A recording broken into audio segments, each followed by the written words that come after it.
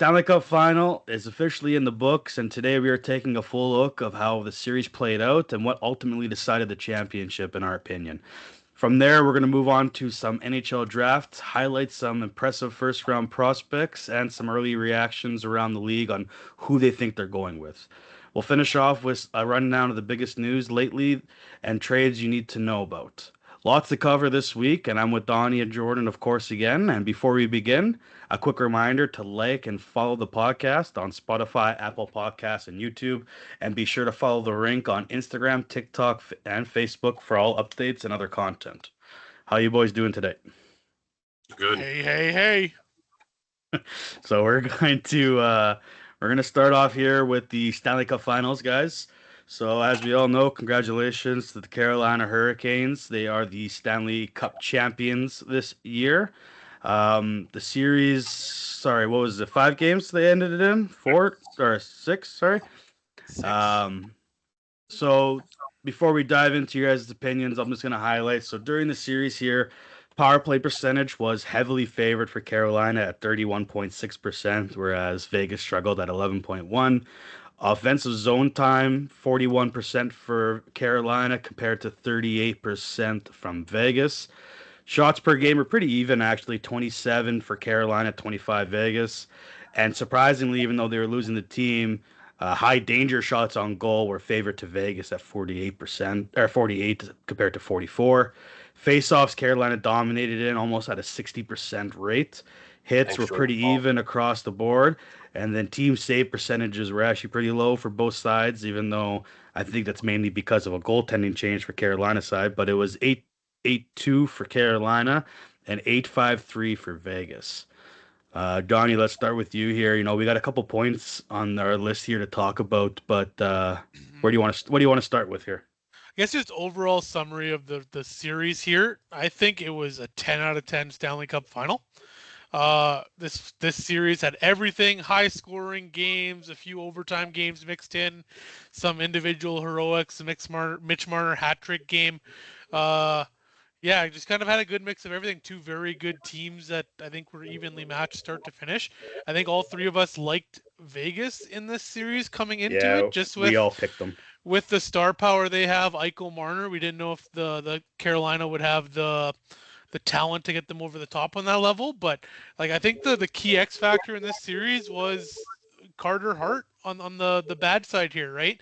I think over the 6 games he gave up 24 goals, 4 goals per game average. I think he was the first goalie in the modern NHL era to let in 4 goals in the first 5 games of a Stanley Cup final, which is absolutely ridiculous that that's a stat. And Tortorella was unable to make a change when he needed it. And I think Game 6 was just the perfect Carolina trap game, 3-0 closeout. Didn't feel like Vegas had much. I think they had a 30-minute stretch in the game where they had 1 shot on goal. Carolina just shut it down, right? And I think we need to give Carolina a ton of credit in this series, right? We thought Vegas would kind of match up better against them. It looked like that early on. But as the series went on, their game plan, Rod Brind'Amour's plan that they had their team execute, it just looked like Carolina just weared that Vegas defense and team down. And they got the goaltending from Bussy when he came in when it's Anderson getting hurt. And it just felt like the perfect storm, no pun intended, for the Hurricanes here to lift the cup. I agree. Jordan? Yeah, I think this series came down to goaltending and special teams. Coming into it, Carolina's special teams hadn't been good in the playoffs. Their power play hadn't been good. Their penalty kill had been unreal. And Vegas was okay on the power play, not great, but with a really good penalty kill. Carolina was able to figure it out on the power play, get a lot of goals that way. That kind of comes down to Carter Hart not being very good.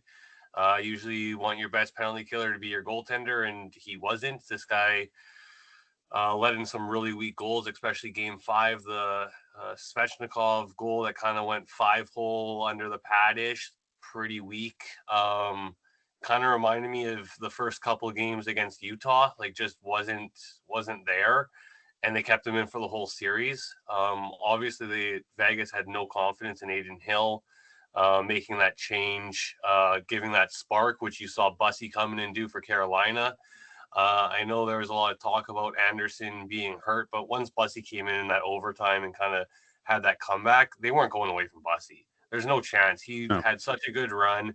It just made if he was hurt, it just made their decision easier to stick with Bussy and go that route.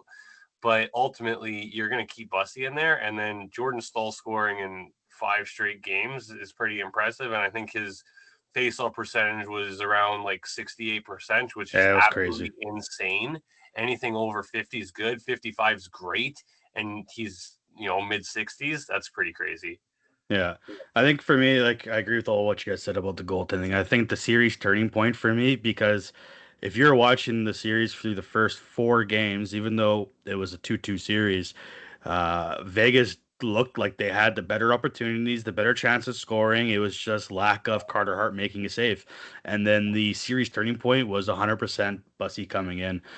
Just some stats, like Carter Hart went from sweeping the Colorado Avalanche 4-0, 1.93 goals against and a 9.44 save percentage, to a 3.05 goals against and an 8.56 save percentage. Just a massive change of what he was. And you look at his counterpart when Bussy came in, he played he played 4 games, record of 3-1, and a 1.6 goals against average and a 9.31 save percentage. Yeah, shutout in game 6. Yeah, to that point, Dante, when we were breaking it down to start the series, I said, like, if Vegas scores goals, Carolina's not going to be able to score with them because of how Carter Hart played against we all thought Colorado, that, right? Like, he played very good against Colorado, and you're like, they're not going to be able to put the goals in against him. If these are high-scoring games, they're not going to be able to keep up, and they were able to. Yeah. I think I predicted a Bussy appearance in like game 3 going into the series. So took a little bit longer. I'm very curious to see where Carolina goes in net. Like if Brandon Bussy's their guy, do they lock him in long term and ride with him over these next few years? I think he has a 3-year deal, I think. Yeah, but like when I say lock him in, I mean like make him your number 1 goalie and just give him the reins to go with it or not. I would at least give him the chance to run with it to see where he's at. But I think if you have Anderson on the team and the way they handled that at the end of the playoffs, saying that he was injured and that's why he came out, you almost have to, out of respect for your veteran goaltender, start with Anderson again and let him fail by himself in the beginning of the regular season. Have him on a short leash unless they do move on. Like, what does Anderson make right now? Does anyone know off the top of their head? I don't know if they do that though. Anderson he's actually a UFA. I think he's a UFA. He's a full-on free agent. If he's a free agent, then I agree with you, Donnie. Yeah. I think you let him. I think you start Bussy and you lock him in. I think that's what you do. Like, and second point there, like, just the run Carolina went on to win this cup, like 16-3 to win the Stanley Cup. To only lose 3 games, you sweep the first 2 rounds. You gentlemen sweep Montreal. Shout out the Habs for getting 1 win in game 1 there, Dante. And then take care of a very good Vegas team in 6, when you go down 2-1 and win 3 straight to close it out. This is one of the most dominant final performances I think we've seen in a very long time. Yeah, I agree. And I think Carolina's slept on when it comes to regular season and then the history in the playoffs. A lot of teams don't give them the respect that they deserve. And I think this was just a real eye-opener. We can talk about the salary structure and the guys that they have starting new contracts in kind of one of our off-season pods coming up. But they're going to be around for a very long time with their core. Well, they have everyone signed. Right? So I think this is the first we're hearing of it, and there's potential to win multiple cups here within a window for sure. I agree. I know we talked about it briefly when they won the championship. We all had our own choices last podcast on the Conn Smythe winner. Jordan Staal ends up winning it. Who picked that one? I don't agree with that, in my opinion. I don't know how you guys really felt about it. I think the 5 straight goals and 5 straight games and his faceoff percentage kind of overshadowed what the MVP of the playoffs is supposed to be. It's not just of the series final, it's of the entire playoffs. And I truly do think, I know I'll see what you guys on your opinions, but I would have gone with Ehlers on this one as my pick. I just think he provided consistency throughout every single series. And he had some big goals at big moments that really lifted their team up. Jordan, we'll go to you first. What are your thoughts on it? I think Jordan Staal Definitely had a great finals. To your point, Dante, Conn Smythe's supposed to be MVP of the whole playoffs, not just the one series. So outside of the finals, which he had, goals in 5 straight games, great faceoff percentage. Throughout the rest of the playoffs, what's memorable for him is taking all the key faceoffs and one fight to start game 1 against Brady Tkachuk and beating the shit out of the kid, right? Yeah. So outside of that, he didn't really do anything outside of the very last round.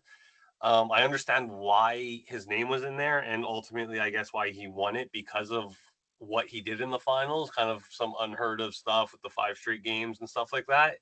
Oldest guy, returning captain, stuff like that. I understand it. I really think that Ehlers is a great option. I thought Ehlers played great for them, but that Hall, Stankoven, and Blake line was by far the best line in this whole playoffs. They were very consistent. They were good. A bunch of small guys playing way bigger than they are. I actually think Jackson Blake would have been my pick for MVP. The more I looked at it, just what he brought to that team and the energy and how he kind of always got to the net. It'd be between him and Taylor Hall for me. What do you think, Donnie? That's fair. Yeah, I think, like you kind of mentioned, Dante, this is a case of a year where the media, I think, voted for a story, like you're saying, in the Cup final, as opposed to like looking at the full picture, start to finish of the playoffs, who was the most impactful. I think if Stahl either has a bit of a lower face-off percentage, closer to 50%, maybe even around 60, or he doesn't score those 5 straight goals, if one of those things happens, I don't think he wins it. So it's like we're saying, it's just a perfect storm Agreed. of 2 different things, and the leadership qualities, and like you're saying, Jordan, setting the tone for the team in Game 1 against Ottawa, fighting Brady Tkachuk. And I agree with you that Stankoven, Blake, Hall line out of any team, I think, was the best line start to finish. And they were the real catalyst for this Carolina team. When Carolina kind of got away from their game or teams were taking it to them, that was the line that kept them going. Sebastian Aho, Svechnikov, Jarvis struggled heavily at the start of the finals. They struggled against Montreal, Dante. At stretches, we didn't see much from them. I didn't realize Aho once. I would personally give the Conn Smythe to Logan Stankoven. Like the size that guy is, 5'8", 160 pounds. And the effort that he puts into every shift, that is the exact type of player every single team wants when it comes to playoff hockey. Yeah. You don't need to be a big physical 6'3", 200-pound guy to be impactful. And I think this line really showed that for the Carolina Hurricanes. And if we're looking back on it, like the fact that they got a player of Stankoven's quality and his buy-in to Rod Brendamore's system, like I think in a few years here, we're potentially looking at that Rantanen trade back and saying Carolina might have won it with the level of player and the level of compete Stankoven brings to that team every single night. So that's who I'd pick. I think especially if Stankoven can really turn into and keep this second line center role, like he was a winger in Dallas, right? Like he didn't play center. If he can really excel here as a centerman and work on his faceoffs, and you really feel confident with him there moving forward, I think 100% they could be the winner of that trade. 100%. Piggybacking off that, what players' stock rose the most during the finals, you think of? Like, obviously, Bussy's the easy answer here. But overall, like, Donnie, we'll start with you. Whose player's stock rose the most, you think, for value or importantness to his team? Well, like we kind of said, I don't think Carolina gets enough respect league-wide in the regular season. There's so many teams, so many stories to talk about. Carolina kind of gets looked over. Jalen Chatfield's obviously one. Like such an odd, undrafted player, brought into a team, taught a new system with Brendamore, top pair all playoffs with Jacob Slavin. Slavin gets a ton of love defensively, best defensive defenseman in the league, et cetera, et cetera. But just such a beast on a minute-eating pair for a Stanley Cup champion. No one will ever take that away from him. And to your point, like Jordan, you look at Jackson Blake, I don't think a lot of people realized he was this kind of point-producing winger, able to create as much offense as he could with Hall and Stankoven in this run. I think this is just a complete coming-out party from him. And the chemistry, I don't know how long Hall's going to be around in the long run here, but I think Stankoven Blake, this Carolina team has a real duo here that can really grow and play out these contracts they're starting together and really become very dynamic players in the long run. Yeah. Fair. Jordan. Yeah, if I had to grab, I'll give you one from each team, both actually defensemen. First one from Vegas is McNabb. I know he was their number one kind of shutdown guy, but really going into the playoffs, even a lot of people wouldn't really know that about him, right? They just saw him as a big guy. God, did he compete? He really battles hard. He takes a shot in the face. I That legitimately was think disgusting. he destroyed his face and then came back the next game and played. And you could see the heartbeat that he was for that team when he was playing. So that's kind of my Vegas guy that I think stock went way up and he just gets more of the respect that he probably deserves. And then the guy from Carolina that I'm going to tell you is Gostisberg. He went from a narrative a few years ago where people didn't want him on his team, bit of a cancer, like you can't trust him, horrible defensively. He's kind of like, I don't think he's great defensively. He's definitely gotten better. He was better in this playoffs. He definitely was able to hold his own, make some plays, but he was the reason why that Carolina power play got going. Like he was unreal up there. His head fakes were next level. He was forcing Vegas guys to go down for blocks or try and take the wrong passing lanes away and then giving it off to someone else for the shot. I thought he was very impressive to me. It's fair. You guys mentioned all the big guys. For me though, Stanley Cup champion Jesperi Kotkaniemi, his stock went from a bag of pucks to at least a 7th-round pick now, right? He's the Stanley Cup champion. He was out there. Bag of pucks and a handshake. Yeah, fuck. Anyway, I think it went down somehow. The funny thing is some teams gonna look at that and say, well, a great locker room guy and a champion. He knows how to win. Got to bring him in. And if I had to guess, it's probably the Winnipeg Jets.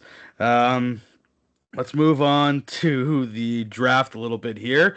We're gonna go over a bunch of stuff, prospects, some prospects that maybe don't get as much love as they should in the first round. It might be the gems of the first, who we think are going to move and not move their picks. A whole bunch of little stuff. This one will probably be more scrambled. We'll kind of jump all over the place. So let's start with Donnie. I'm going to go over to you here.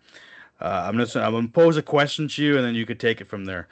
So, do you draft based on, like, obviously Toronto is going to probably pick McKenna. I think we're all pretty much agreeing with that, Jordan, Donnie. We're all basically in agreement I don't with think McKenna. it's the right pick, but I think that's who they go with. Right.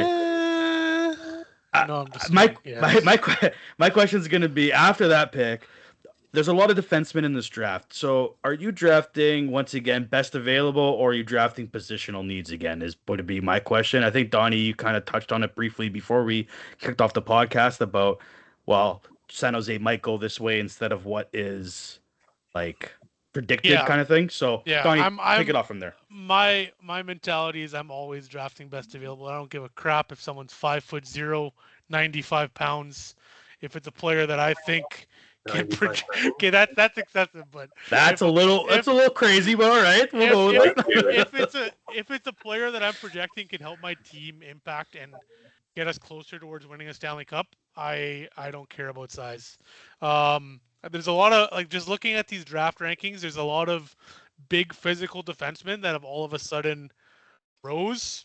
Yeah, I hate this time of year because players rise and fall without draft combine, without interviews, without games being played. Things happen. There's media that get, I think, paid by agents and players to start talking about their guys to I agree. Try to manipulate the system a little bit more and get a bit of hype around their players. But there's a whole, like, pick one. We said McKenna. I think the next best pick, regardless, is Ivar Stenberg. I agree. 100%. There's a ton of smoke about San Jose needing a defenseman.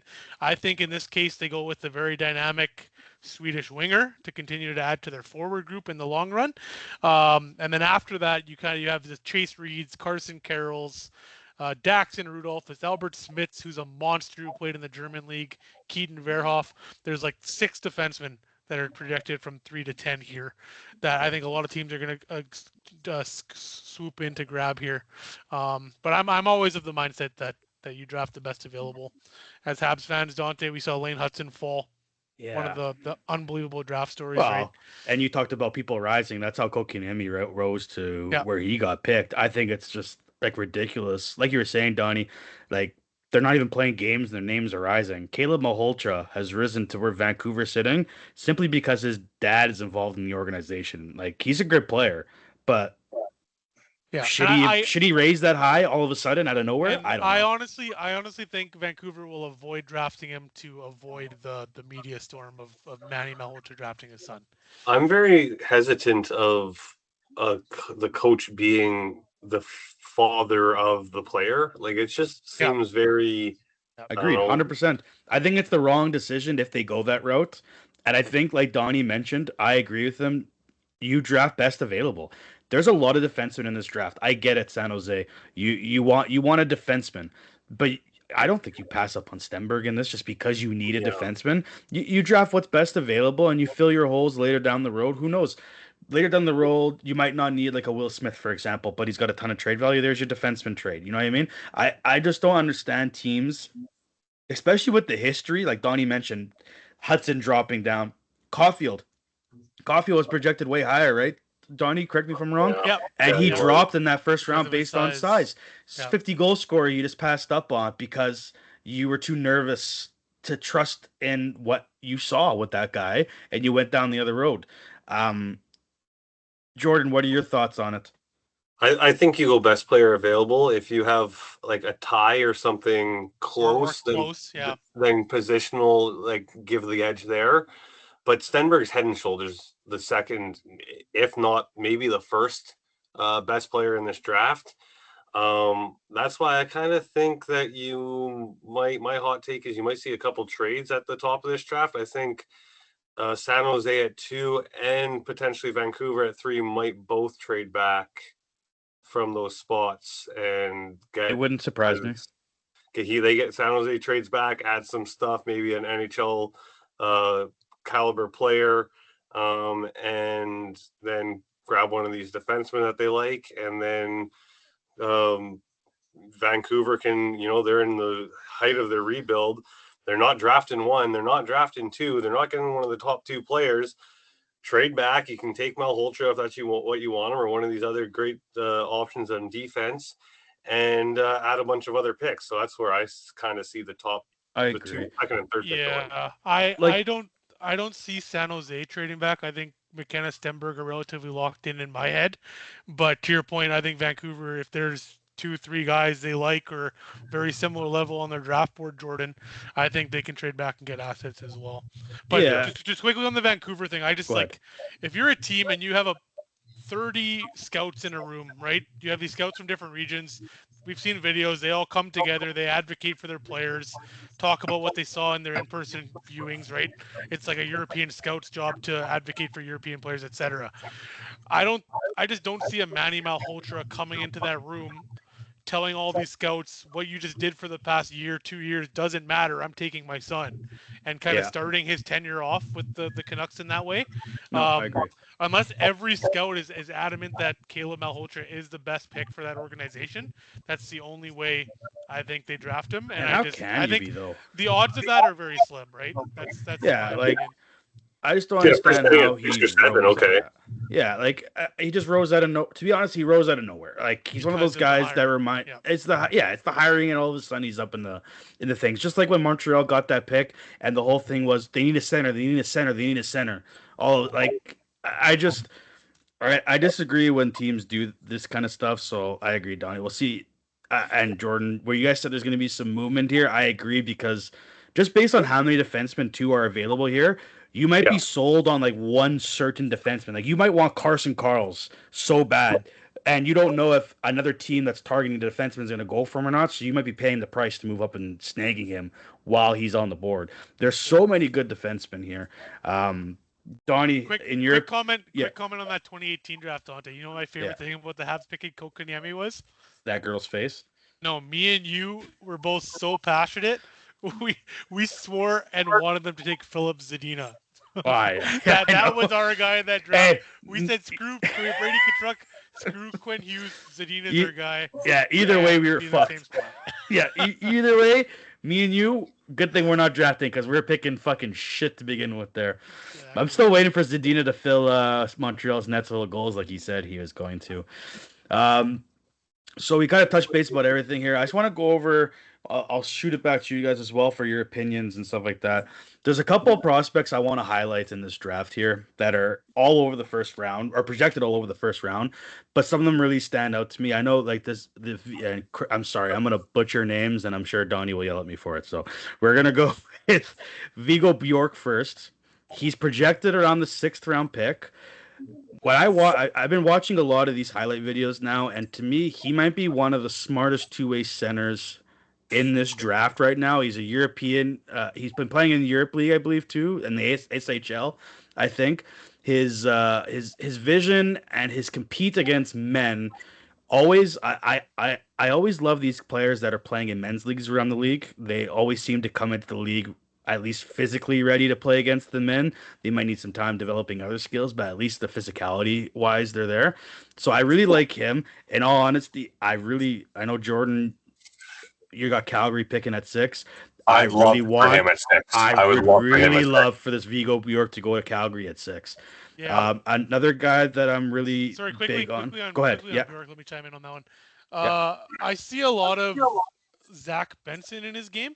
Like he went into that World Championships. He was Sweden's #1 center in that tournament, and when like he played against Canada, Ryan O'Reilly, the David Tomaszek on the Czech side, guys much bigger than him, and he was winning puck battles left, right, and center. The compete on that guy is through the roof, and I could very much see like a Zach Benson or even a Logan Stankoven comparable to that type of player. And at 6, I think that would be a real steal for Calgary for sure. I agree. Next guy I want to kind of talk about, we'll do it like that. You guys chime in on these guys as I mention their names if you know anything about them. Next guy I want to talk about is Quebec Remparts player Maddox Deschenais. I want to say his last name is. He's projected anywhere in like the late first, 15 to 32 right now is kind of where he's projected. But he reminds me, it's kind of weird to say, but he reminds me a little bit of Pacioretty, a big goal scoring power forward. He's 6'4", 196 pounds, and he rose a little bit on the rankings because he had a point per game pace towards the end of the season here.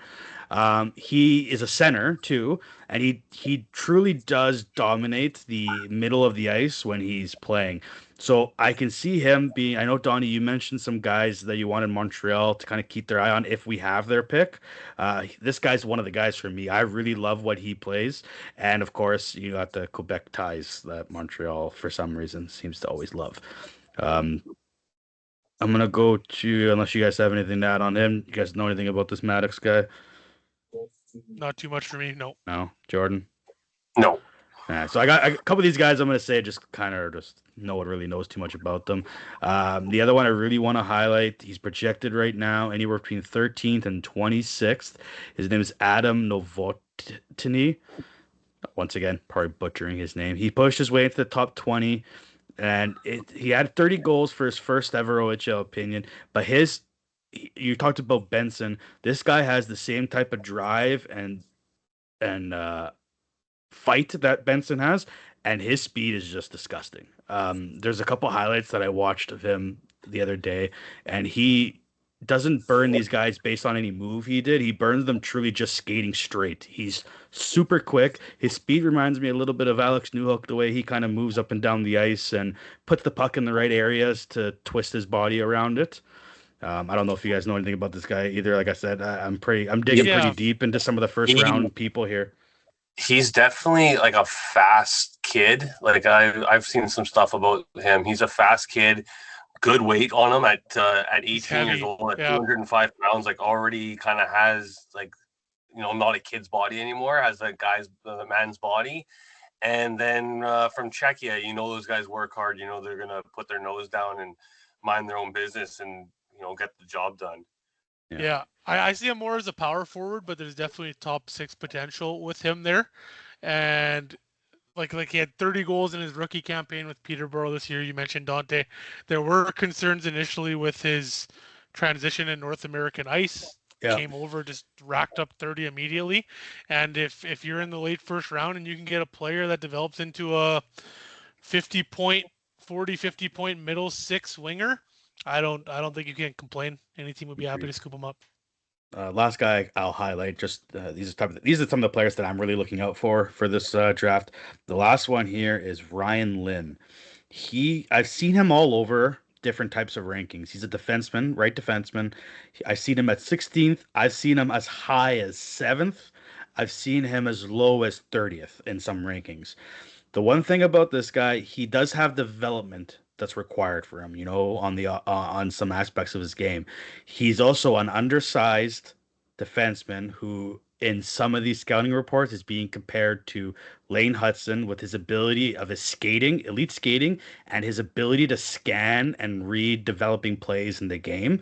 He obviously has some aspects defensively he would need to work on. He's a highly effective minutes for the Giants. He played with the Vancouver Giants in the WHL. He logged heavy minutes for them, and he's just someone that I have my eye on, and I wonder if people take a risk on him based on the fact of what you see, who they compare him to, Lane Hudson, doing right now, and even the other Hudson brothers, the Hudson brother that came in for Washington there. I'm wondering if his stock rises just based on the fact of his play style. I don't know if you guys know much about this Ryan Lynn guy at all, but he's kind of been all over the map on where he's projected. I don't think anyone really has a good hold of where he's going just because of his size. Anyone have anything on him? No one knows anything about this guy. I think he's related to the Knicks legend Jeremy Lin. Jesus. I think he's kind of like that standard build nowadays of those a little bit smaller offensive defensemen that are coming up. Actually another guy in that range that I'll bring up is Tommy Blyle from Moncton in the Q. This past year, he's also a little bit he's lighter. He's 6 foot, but only 170 pounds, so definitely needs to kind of grow into his body and add some weight and strength on there.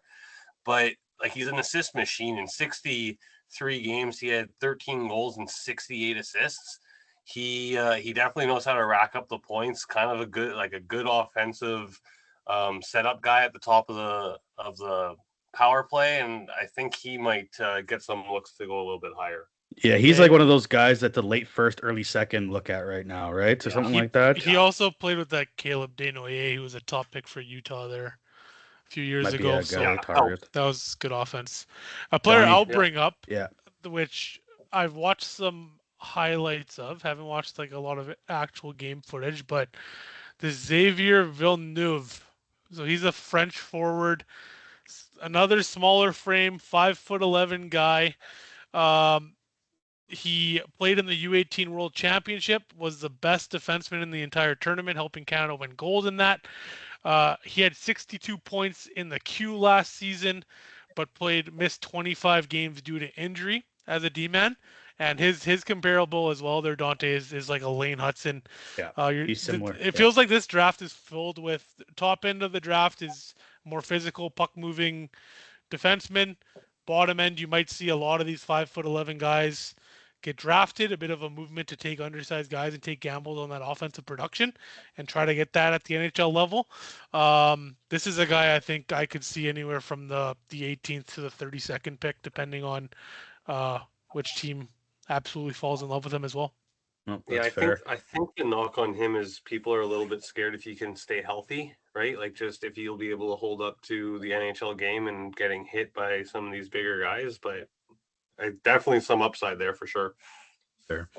All three of us are watching the draft together too, so it'll be nice. It'll be interesting to see what actually happens on the draft floor. There's already been some trades that have happened before the draft floor. We'll touch base on some of that later on. But Donnie, we're just to wrap up this draft here. I'm going to ask you guys, give me one option of a team you think that's going to trade away their first round pick in a more relevant style trade, like not simply just to move down, but a possible team that might actually trade that first for a contributing player right now. Donnie, I'll start with you.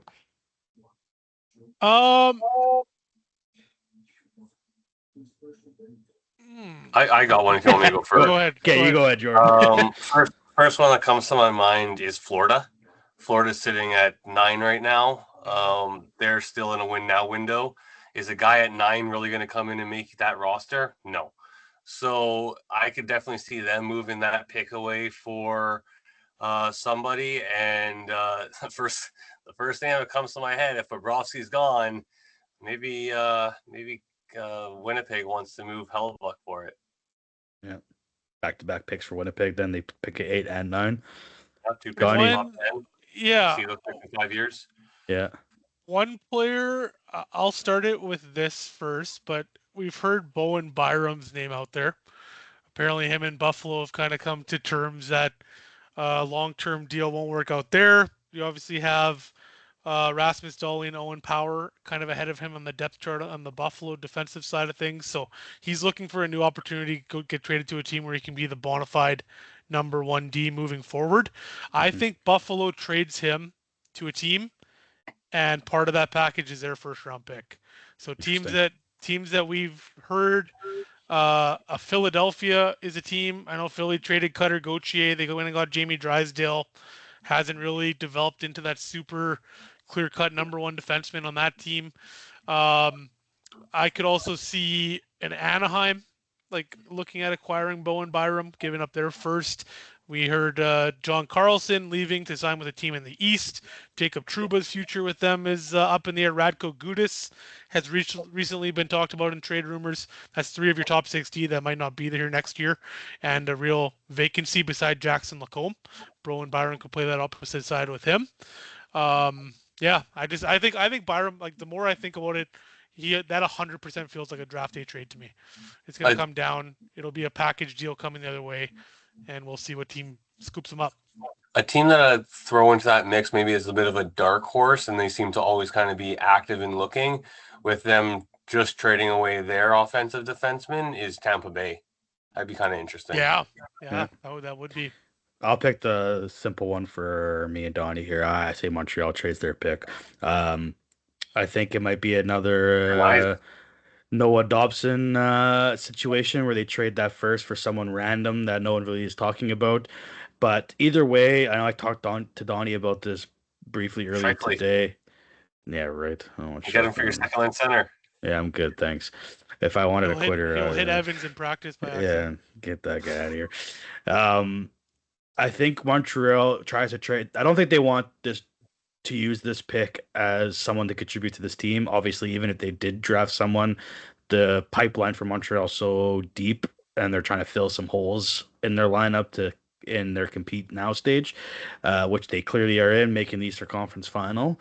I think Montreal wants to trade this pick, and even if they don't get the trade done at the draft, I mentioned to Donovan, I think whoever they do pick, they're going to pick someone that has some upside and is possibly flipped in a deal anyway. I don't think whoever this player is or whoever this the pick itself, I don't think will be in a Montreal Canadian jersey ever. I think it's going to be someone they use to trade. What are we, the NBA now, where we draft players and trade them 10 minutes later? I mean, it wouldn't be 10 minutes later, but maybe I just 15? don't. Yeah, maybe 20. I just don't think Montreal wants to make this pick, and where they are, I think they want to use this pick as a trade asset, as we've heard the many rumors with them already. So I'm just saying, if they don't get the trade done, I can see them trying to say, well, he's a prospect that's got the same amount of value. Let's try to move him on and go from there. I think the only way the Habs trade this pick is if they like we've said, Dante, they find the targeted player they're looking for to fill that second line center hole, and the first will be using a package to acquire that player. I don't think they're trading the first straight up. They're not moving up in the draft. They're not trading back. No. But if that player doesn't surface, I can also totally see Montreal using the pick and just going best player available. Like you're saying, we don't really necessarily have needs on the defensive forward side that 4 or 5 years from now, this player will develop into someone that can contribute. But there's also no reason to go and force and trade a first round pick if you're not getting a player back that you're absolutely in love with, right? So options are endless for Kent Hughes going into the draft here. Yeah, that's fair. All right, enough about the draft day. It's coming up Friday, right? 1 week from today, I believe. we're all gonna be together. Maybe we'll record something quick and just talk about if there's anything like big and shocking that happens, like McDavid The to first Montreal. podcast in the rink basement. Possibly, yeah. Might be a little clusterfucky based on I don't have the equipment to do it. Might just be hovering around one mic together, but we'll see. We'll see how it goes. Let's move around to some talk around the league. We have some minor stuff to talk about and some trades and stuff like that. I'm gonna start. We're gonna start off with there's a bunch of coaches stuff. I'm gonna save that for the end. Let's do Wool traded to Philly. I think that was probably the more recent trade out of everything. Uh, does anyone have the actual details Yeah, sitting in front of them? I got it Donnie, here. take it So away, the buddy. full trade was Toronto trades Joseph Wall and Simone Benoit to Philly for defenseman Emile Andre, Samuel Urson, and a third round pick. I think initially when this trade went down, we were all a little bit confused. We were like, "Oh, does Toronto have that much faith in what's LB his and face? What's his Stolars. Stolars, Hildeby as a backup, this Russian guy who just won the Calder Cup. Are they confident in their goaltending situation? But I think with this we'll talk about the Darren Radish trade in a little bit, but Yeah. I think this was just a straight salary cap management trade. I think Toronto had concerns about Joseph Wall's injury history as well. They get a full 3.5 million off the cap with him. I think Benoit makes 2+, so you're looking at $5.5–6 million of cap shedding. You take back a serviceable backup goalie in Urson. Emile Andre is an undersized puck moving defenseman. Played some good games for Philly this year. He might see some NHL time on the Leafs back end this year. I don't mind it for Toronto. I think you got some good pieces back. Third round pick is obviously has some value, not as much as a second or first. But if they have, as a team, decided that Joseph Wall had no role on this team moving forward, I think they could have done a lot worse as well. Yeah, like you said, like at first we were kind of like, okay, what's going on here? It kind of felt like a weird trade. Big picture coming through today, you kind of see more so why, right? Move that cap out. I actually, looking back at the trade, I kind of like it for Toronto. Obviously, they kind of like what they've seen by this Hildeby and Hildebeest, as they call them, in the AHL, and give him a shot as their backup, which is fine, I guess. Him and Stolars will be your 1-2. Not a great tandem that you're writing home about, but see how it goes. And then the defenseman they picked up there is pretty much everything that they don't have on that back end. Someone who can move the puck and actually have some offensive upside. Roll the dice on him. If he's anything, then you're looking better. Benoit was kind of exactly what they have in all their other defensemen: slow, rugged, kind of moves like a truck out there and just hits people, right? So I don't mind it for Toronto. And it's all right. I like this trade better for Philly, in my opinion. Philadelphia is going to have a very solid goaltending duo with Vladar and Wool. If I was Toronto, I know they're putting faith in Stolars and Hildeby, but that's a team that wants to say next year is my year every single bloody year and think they're going to compete next year. You're putting a lot of trust into a rookie goalie that hasn't played there really, and then you're putting a lot of trust into a goaltender like Stolars who struggled at aspects and was injured quite often. Same with Wall. Obviously, he was injured sometimes too. I would have personally kept Wall, but I understand that they needed whatever goalie had value to move out and cap space situation. So I understand the move. I do like this trade though better for Philly. I think Philly now has two solid goaltenders as long as Will can stay healthy. A kind of a 1A 1B situation. Vladar really stepped up for them in the playoffs, so you give them a 1-2 punch there. Yeah, like don't sleep on it for Philadelphia, right? Like Wool, I think was the better goalie between him and Stolars, Yeah. and now he goes over there to Philly. And Vladar had a great year this past year, but it's a one-off, right? Like he showed some signs of that in Calgary when he was getting some starts, but nothing like he was this past year. Yeah. So if he falters, it gives you someone else who has starting experience. Yeah, gives you some security there just in case, right? So, Yep. and then moving on to the next one there, we'll talk about Ross Colton from Carolina. Ross Colton from Colorado was traded to the Nashville Predators for basically 2/3. There was a goaltender prospect swap as well there, but 2026 third round pick and a 2027 third round pick. We kind of talked about this. It's a nice pickup for Nashville, I think. I like Ross Colton. Yeah. It also, I think Donnie was mentioning in our chat, it's probably more of a cap space situation for Colorado. Um, Mm, so like, I mean, I don't I think don't Colorado could keep the whole team they I have don't mind together. So this. I don't. Go ahead, Donnie. Yeah, I don't mind this Colton move for Nashville. Like you're kind of looking for those impact players that can play lower in your lineup.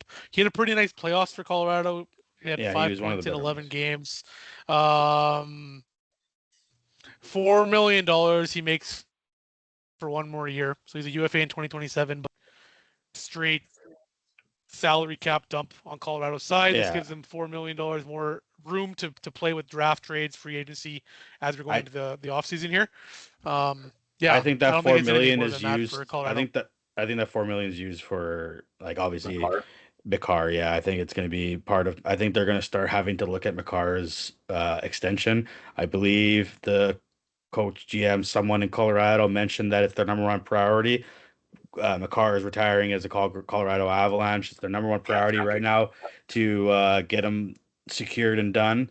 And we all know how good that guy is. The price tag is going to be pretty big. So they might, who knows what other trades can lead up to them having to have the right amount of cap space for that. It'll be interesting. I think is this his last year of a deal, or does he need one right now? Makar. Makar one more year He left. has There's one one more more year, after. right? Yeah, Yeah. Yeah. So it might I be another think, year of them keeping guys together to try to run one more time with this team, minus obviously like the Colton that they just traded. But after that, it's going to be you might have to shed some salary cap to make sure you get McCarr locked up. yeah, I think with you look at that Colorado team at the end of the year and how tight they were up against the cap, and really not being able to get it done in the Western Conference Final. Um, I think they probably expected to have to shed some guys here, and I think he's just the first piece of maybe 2 or 3 moves to come this offseason. To note too, before I move on to the next trade here, I think Colorado might be a team too to keep their eye on in the goalie market situation here of available goaltenders going around the league. They have Wedgwood and the other wood there, Blackwood. Blackwood, Um, Together, I think it's time to separate them. Obviously, move on from one Norwood, and kind of take a look at yeah, their goaltending situation. I think that go was pick up probably their Driftwood. weakest aspect in the playoffs was just the lack of goaltending they got. yeah. Uh, Go ahead, I don't Donnie. know how you can come back with that same goaltending duo on their No, end. yeah. Can you guys hear me? Sorry, Yeah, we can Yeah, hear you go. Yeah. you got me? Yeah. Hey, yeah, I don't know how you can come back with that same goaltending duo after the playoffs we saw. Um, and then looking at like to your point in terms of future moves, Jordan, like I know they went and traded a haul for Brock Nelson before last year's playoffs. That might be a center with how little he's contributed this year and the hasn't done it step for back them. he's taken.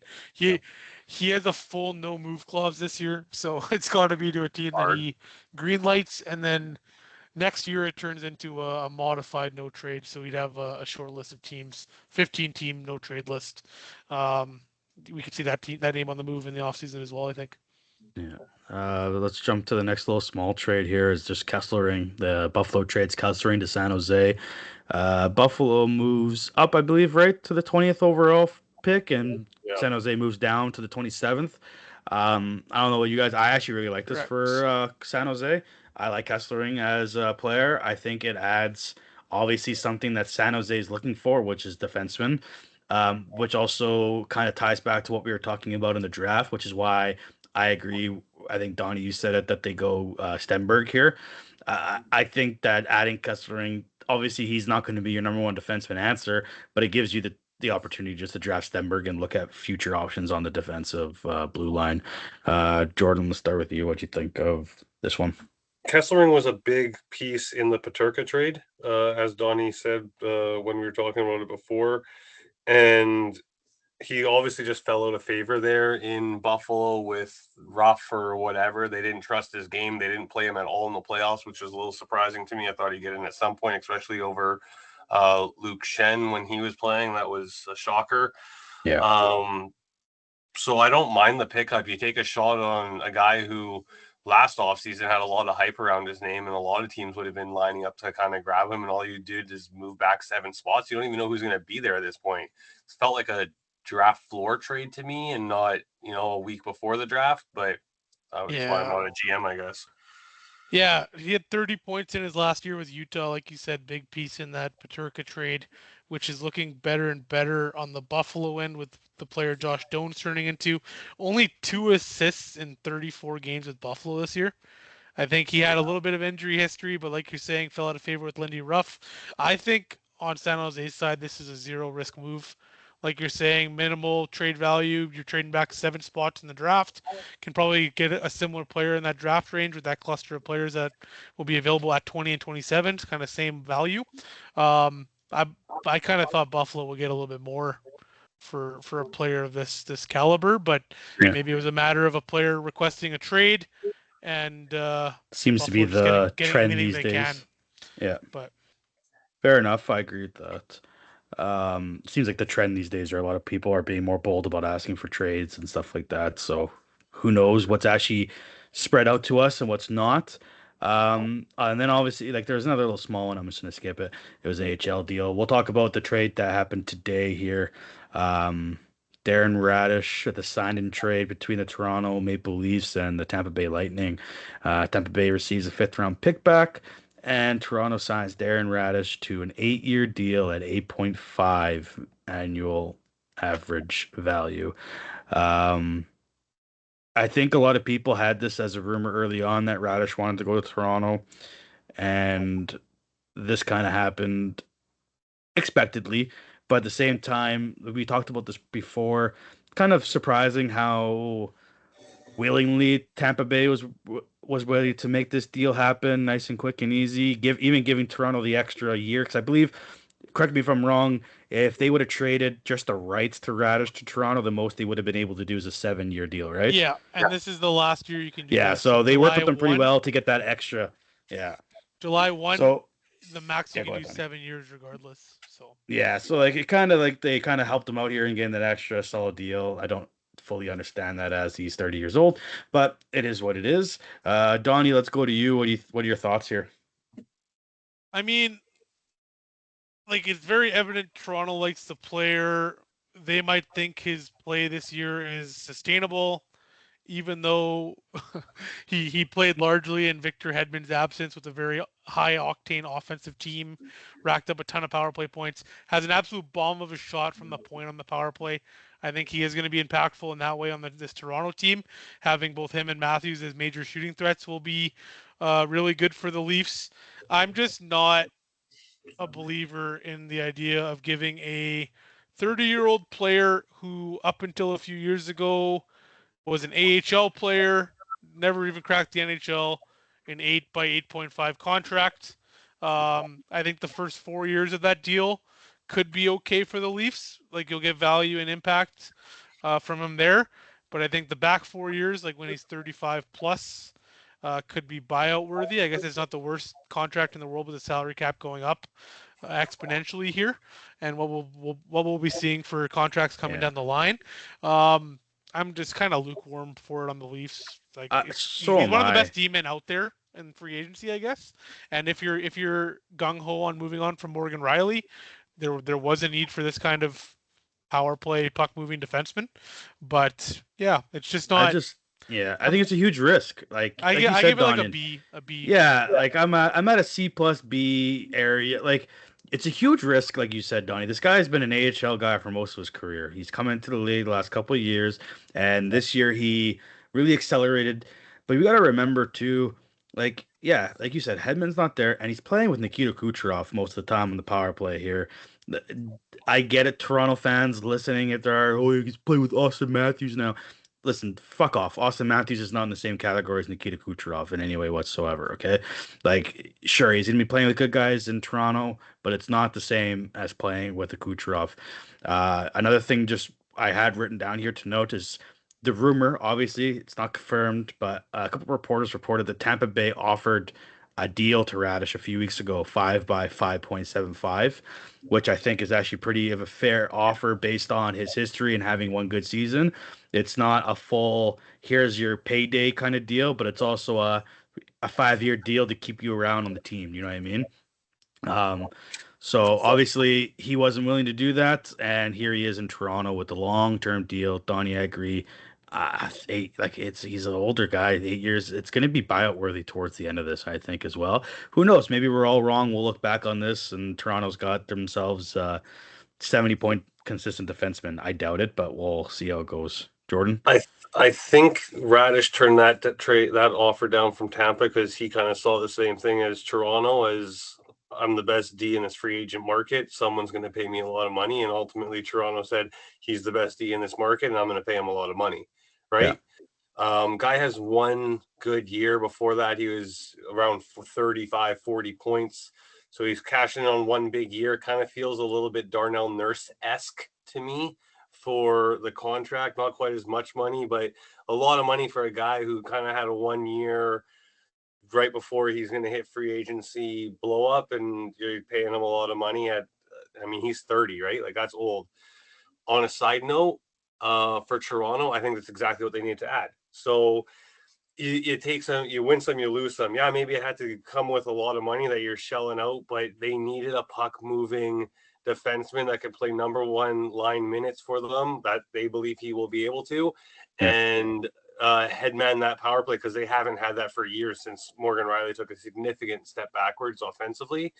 So they kind of needed to address that and bring that in, and I think that's what they do with him. They give him a big shot at the point, and I think he could definitely contribute there.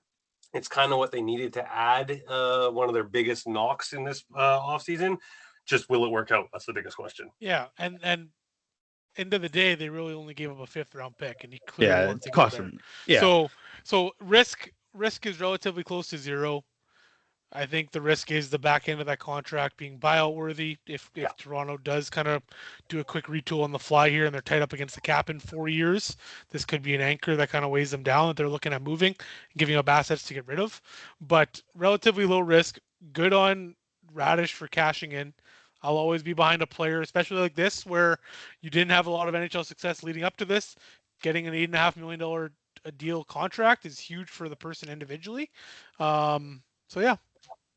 I think just to wrap this up too, one last little point here. I think this, in my mind, confirms Toronto saying, I know the rumors around where they're going to rebuild and trade some big names on that team to get younger guys. I think signing Radish here, in my mind, kind of confirms with me that Toronto is not going to rebuild. If anything, like Donnie, you mentioned, maybe a small retool of adding a couple players here and there. But I think this confirms that they are still in a mindset that they are a good hockey club and they're a good team and they're going to compete next year, which then makes me strike the question of these rumors surrounding Nyes. What, if any of it is true or not? You know, you signed a 30-year-old defenseman now.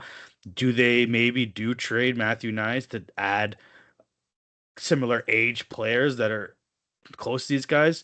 But the way I look at this, it just doesn't make sense to me either way. Like, it's not like Nyes is young and not contributing to the team. You know what I mean? He's still contributing to the team. I don't think he's a problem whatsoever keeping him on this roster. I don't know why. Like, I know why the original rumor was around, different general manager, and now we have Chaika. But I think, Donnie, you mentioned before, there were still rumors surrounding Knives after Chaika took over. Yeah, and then teams are circling back because I think they heard about these at the deadline. But do you guys think a Matthew Knives for Bowen Byram kind of foundation for a trade would make sense? Like, I know you just signed Radish. You don't really have a real top pair defenseman outside of him. If you're Buffalo Toronto, bad for sure. Yeah, like, it does and it doesn't. As far for as me, change like, of scenery, I think Knives would be nasty added to that Buffalo forward group. I agree. I think that benefits. No offense, I think that benefits Buffalo more than Toronto. 100%, Like, 100% I agree. Like, it does and it doesn't make sense to me. Like, Toronto wasn't just missing defensemen last year; they were missing depth scoring and high end scoring. Their top six just wasn't clicking at all either. They had issues up and down that lineup. Just adding a defenseman like Radish is not going to solve it. If you're going to trade Knives to Buffalo, I agree. It's got to be for more than just Byram. I think it's a great starting point, like you said, Donnie. I do like the idea of it. Well, I'm not going to say I like the idea of it. As a Montreal Canadian, that actually fan, it pisses me the fuck off. But I just don't understand Toronto's want at this point to trade Nyes. I guess the only explanation is they want to fill other holes in their lineup, and the only person of value they really have to do that with is Nyes. That's the only way I can kind of comprehend why you want to get rid of him. But like I said, the guy contributes to your lineup. he's someone that I would want to keep in that lineup. He's a player that's gonna be very good for you in the playoffs with his style of play and his size. And frankly, like I mean, I didn't watch too many Toronto games last season. I don't know about you guys, but from what I read on Reddit and Facebook and forums, is he was one of the more consistent guys throughout the year for Toronto. He struggled at times, but he was not the problem per se. I completely agree with you, Dante. A nice trade to me makes absolutely no sense for Toronto. A, he's one of your top players, and B, he's young. So why would you get rid of a young guy that is also contributing as one of your top players, unless you're bringing back like multiple NHL pieces that contribute to your team now? As Donnie said, the retool that they're definitely trying to do right now to try and keep Matthews around and keep him interested in staying there, because Matthews isn't staying around for a rebuild. There's 0% chance. So if they're able to retool, he might stick around. So that's what they're trying to do here. So unless you're trading Nyes for legitimately 3, I think, NHL caliber, like, top 6, top 4 D-men type guys, I'm not making that trade. There's no chance. I'm not doing it for prospects. I'm not doing it for picks. You needed to do it for guys that are contributing to your lineup now if you're going to make that trade. And I just don't see that trade happening in the NHL. Yeah, I think the only way, like you mentioned, Dante, is if they're driven on making a positional change, taking a value in Matthew Nyes in a wing position, and trading it for a similar one on the defensive side or down the middle of the ice.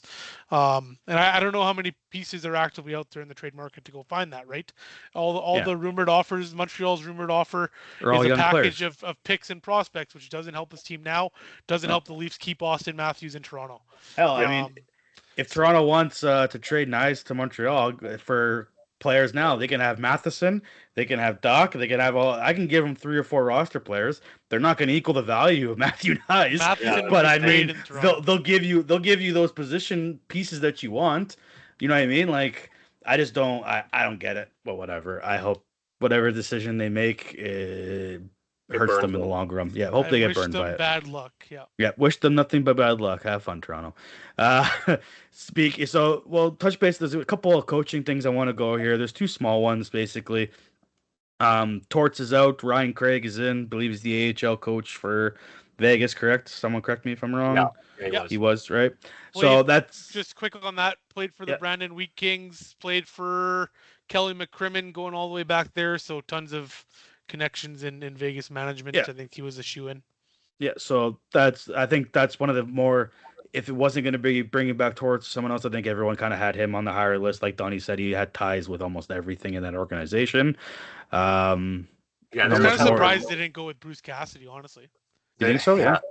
There was kind of a rumor out there that they pretty much told Torts, like, you're coming in for the rest of this year, and that's it, because Craig's our guy. We're just not bringing him up like 10 games before the playoffs and putting him in that position, and he's going to get the team going forward. So it makes sense. Spit and Chicklets actually talked about Torts' tenure with Vegas, and they were like, "Why doesn't Torts just become a hired gun for teams? Like if you're a team, right?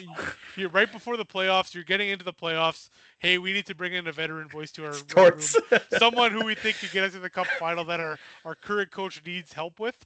Bring Torts in, sign him to like a 2-month contract. I kind of find it funny that's what he is. Yeah. Like, I kind of find it funny that's what he's turned into. They're like, I don't want to deal with this guy for an entire season, but you know what? When my team is pissing me the fuck off and they're not listening, fucking guess what? You're bag skating with John Tortorella in the morning.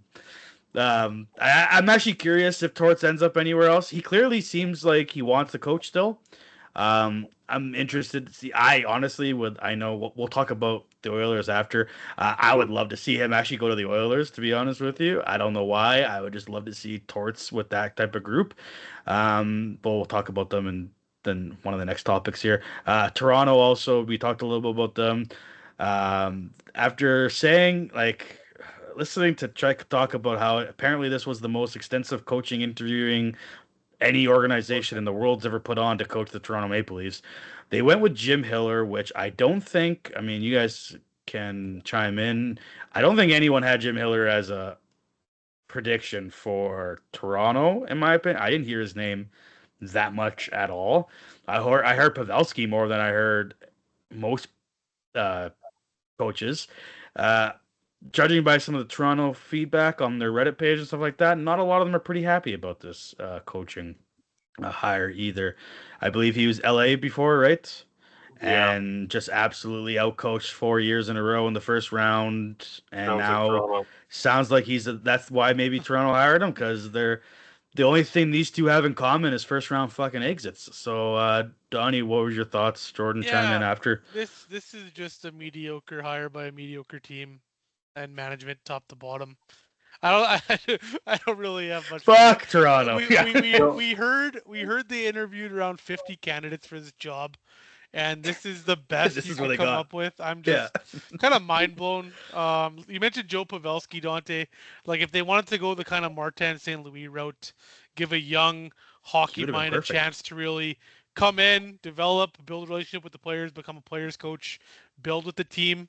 That could have been a good view, but I know Jim Hiller did coach as an assistant for the Leafs for 4 years, I think. Oh, that makes So more sense. Bring him back. Yeah. maybe Keith Pelly even higher than John Chayka. There was ownership input. Hey, we like this guy. Give him a real inside shot. Who Yeah. knows? But We like mediocrity and losing in the first round, so make sure we hire this guy. it leaves me underwhelmed. Is Yeah. all I'll say. I don't think 100%. he's gonna push the needle for this team.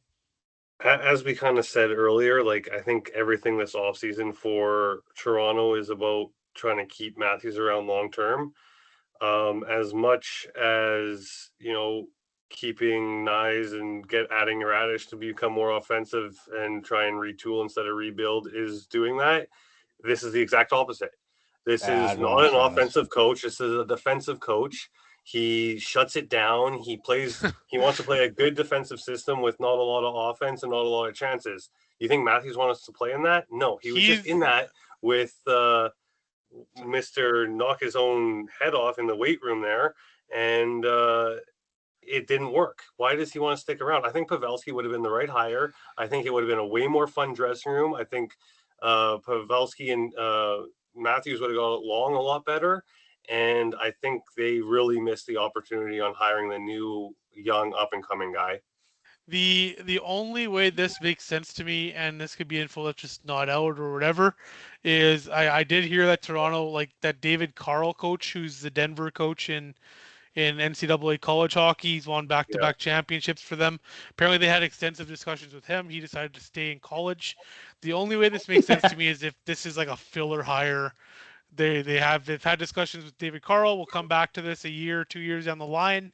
This guy will be a plug and play guy for us that we know, and then you bring in the real guy you want to kind of steer the direction of his team down the road. But who knows? If you wanted a filler guy, you got Tortorella available right now. Fuck. That feels so Edmonton though. Too little, too late. It has to be for this year. Like you need a guy in there for Matthews this year, right? Like they need a guy in for McDavid for this year, right? You know what? Whatever. I hope another situation like Donnie said, mediocre hire, mediocre team. Don't worry though. Toronto, your AHL team won the fucking championship, so you guys can go brag about that for the next 4 years. I'll see it all over Sportsnet. Speaking of mediocre management. Speaking of mediocre management, let's go to the Oilers, guys. Mike Babcock obviously has not been hired as of this point, but it looks like it's trending that way. The NHL obviously opened, I'm going to put quote unquote investigation, not that they released any information on it, and he was cleared to coach. I, for one, I get it. I guess Edmonton wanted him. But after this investigation, after all the media, after everything, I don't know. Do you even fucking hire him, or do you go somewhere else?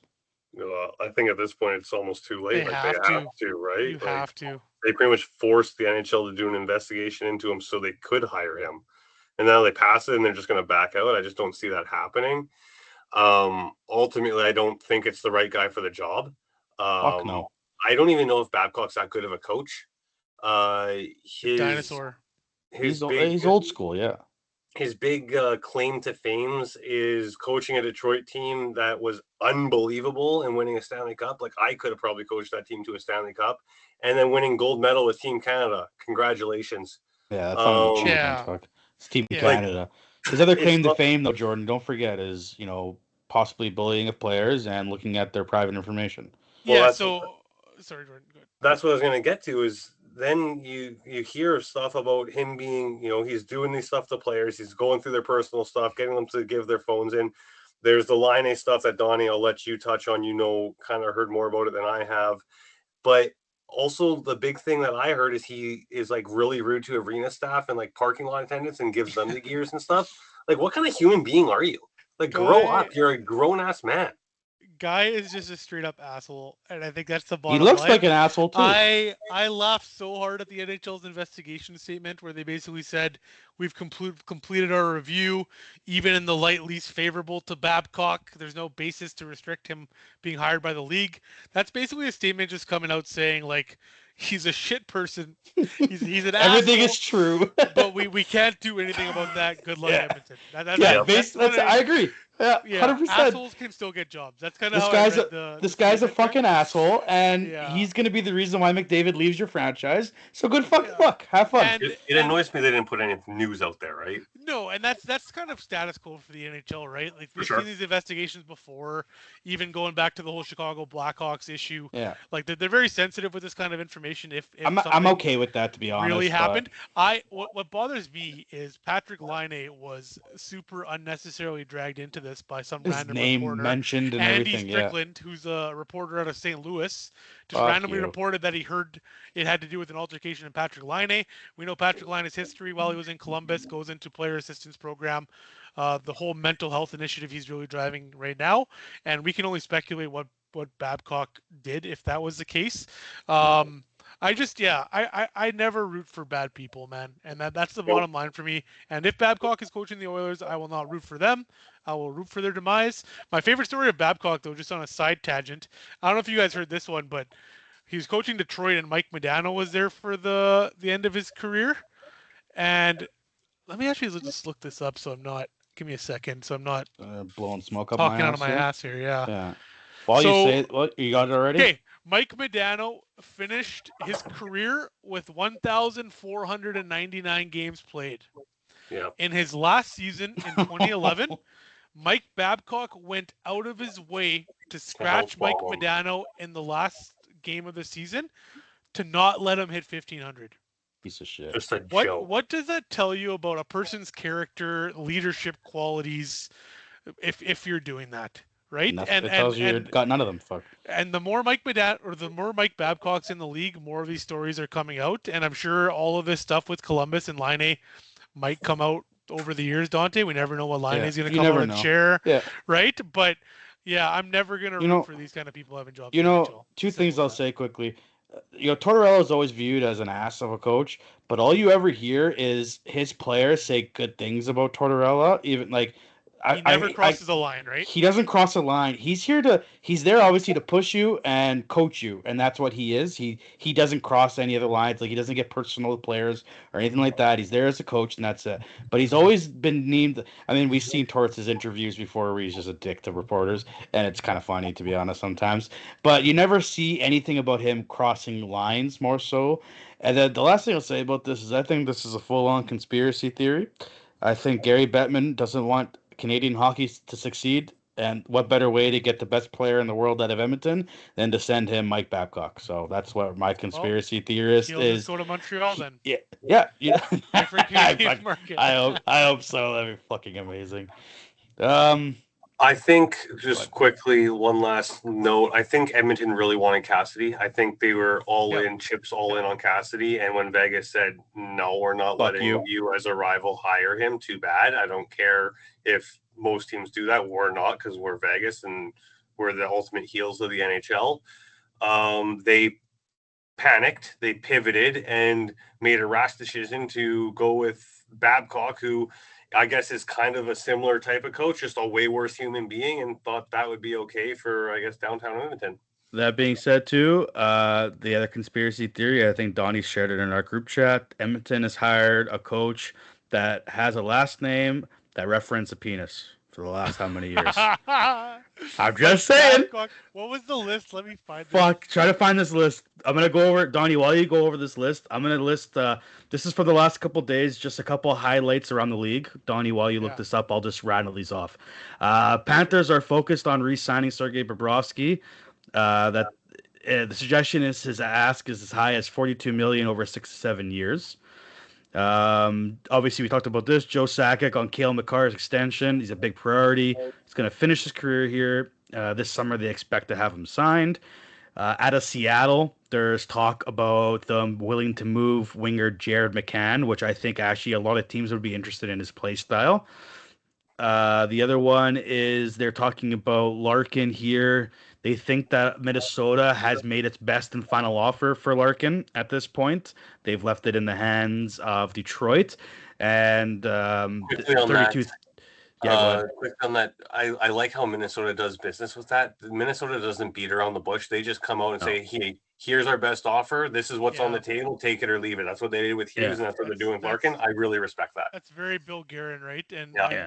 I'm on the Larkin thing. I'm almost convinced that Stevie Wise, if he doesn't get what he wants in terms of a trade, He's not moving him. see you in training camp. Like If I don't rip someone off, I'm keeping them. The other part to this tweet with that is they think that more teams now are going to start reaching out and making offers now that the playoffs are over.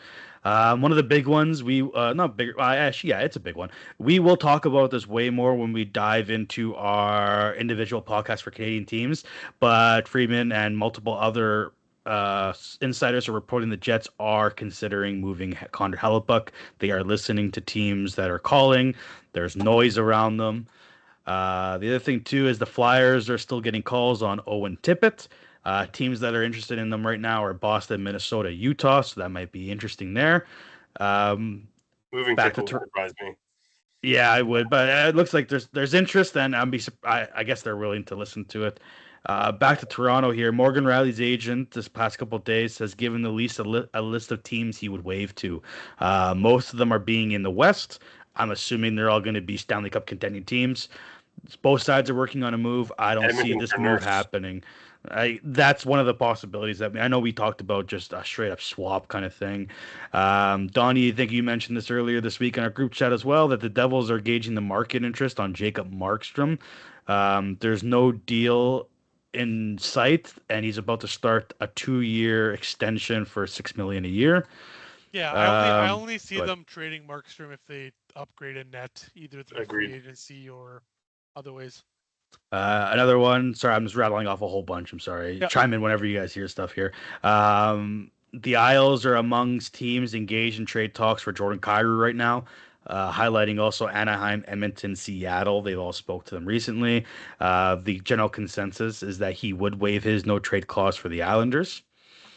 The Sens are gauging the trade markets on RFA Jordan Spence, and seems like Fabian Zetterlund's name is also out there, which, I mean, I actually really like Zetterlund's game. What's another one here that I have here? LA Kings and the Pens are the two teams Nurse would accept trade to. Pittsburgh would need a sweetener or retention, or they would welcome them taking back Ryan Graves in a trade option. This source is Pegnota. We all know how he is sometimes, but so unreliable. There's no way Nurse goes to Pittsburgh. That is the one place that makes the least amount of sense. Another one here. Sorry, go ahead, Donnie. Just on Nurse, like, from what we're hearing, there's actual teams that are almost willing to take him without any salary retention, or very minimal, which is insane to me. I think Nurse and Morgan Riley are in very similar boats, if not exact same. Yeah. As far as an aging asset you're getting, might be able to contribute a little bit. But to your point, Jordan, like, if you're a young team looking to develop and build something, I have no clue why you're acquiring either of these guys. Unless Pittsburgh is just one last run for Crosby and continuing to try to compete randomly with these off years of, going for it. But who knows? Yeah. This one obviously didn't really matter in the end because the Carolina Hurricanes won the Stanley Cup, but the Hurricanes had brief discussions with the Blues at the trade deadline for Jordan Binnington. Ended up going nowhere. Pierre LeBrun reporting that the trade ask value from the St. Louis Blues for Binnington was incredibly high for what he actually is. They were also reported to be close on Bob at the deadline, and they didn't want to give up a first-round pick to get him. So. Which is kind of crazy. That part's kind of crazy. I'd give up the first one, Bobrovsky. I'm gonna picture this guy's name. I always do, but maybe I won't. Blackhawks Ilya Mikheyev is highly coveted by teams right now. A lot of teams are seeing him as a comparison to Kiefer Sherwood. He's likely to get a midterm deal around $5 million per year. Multiple teams are kicking the doors, as well as obviously Chicago wanting to keep him. He might be an interesting person to keep your eye on here in free agency.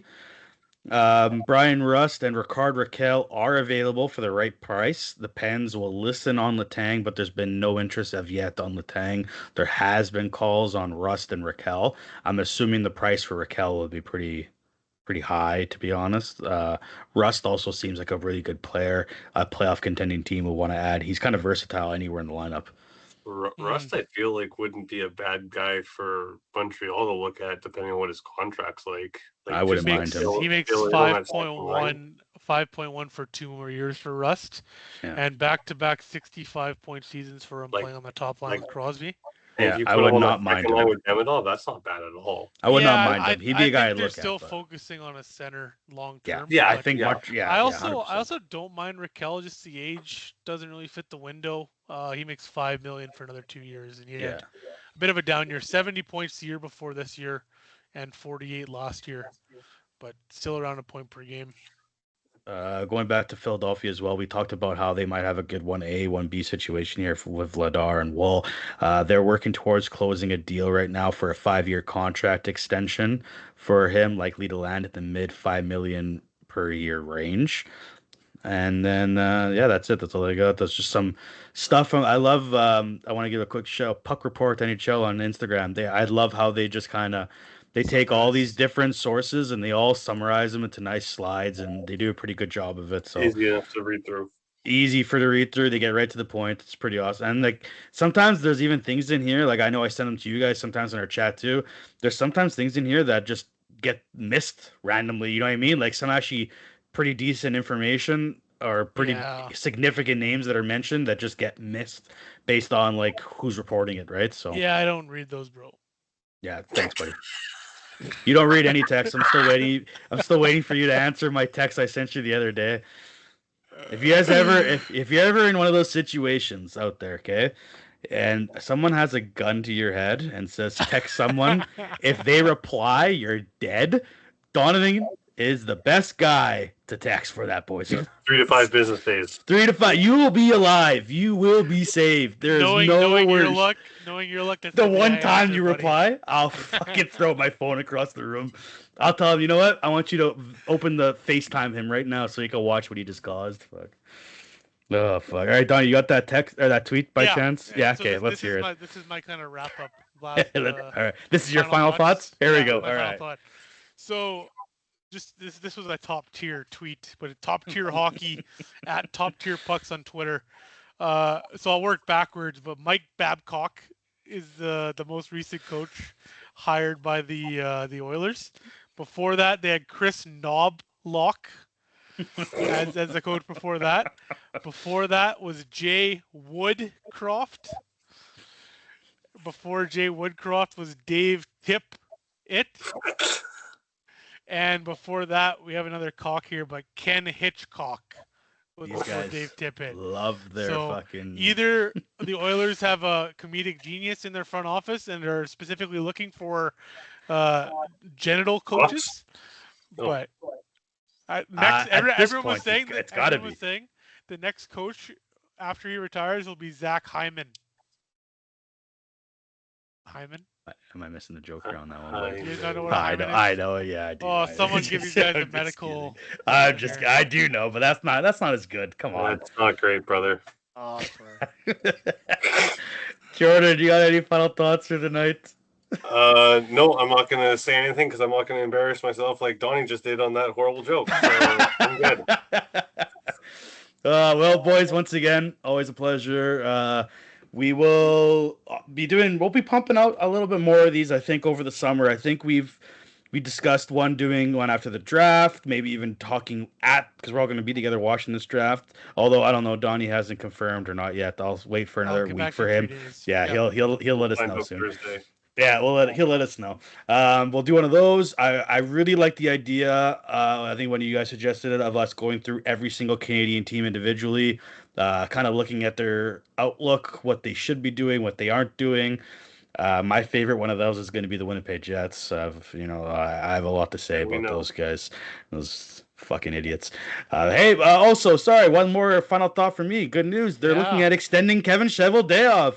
15 years, 4 playoff win or round wins, but hey, let's give him another fucking Save contract. it for the pod. Fuck me. All right, anyway, thanks for tuning in. I got one more actual shout Okay, out. go ahead. But shout out Jonathan Taves, who announced his retirement today. Oh yeah.